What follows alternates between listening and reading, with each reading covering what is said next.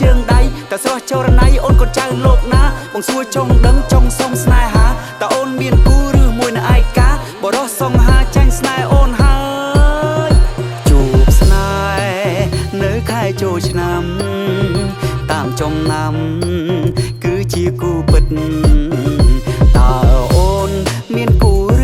នៅបងសូមចែកជើឲ្យចាស់ចូលស្ដី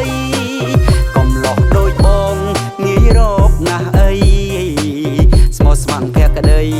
នឹងស្រីមិនប្រែ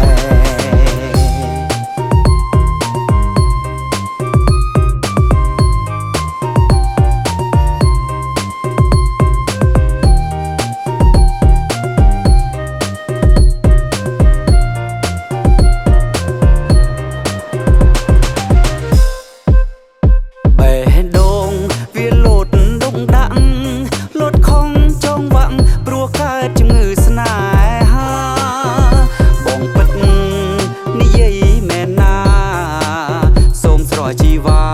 ជួយព្យាបាលឲ្យផង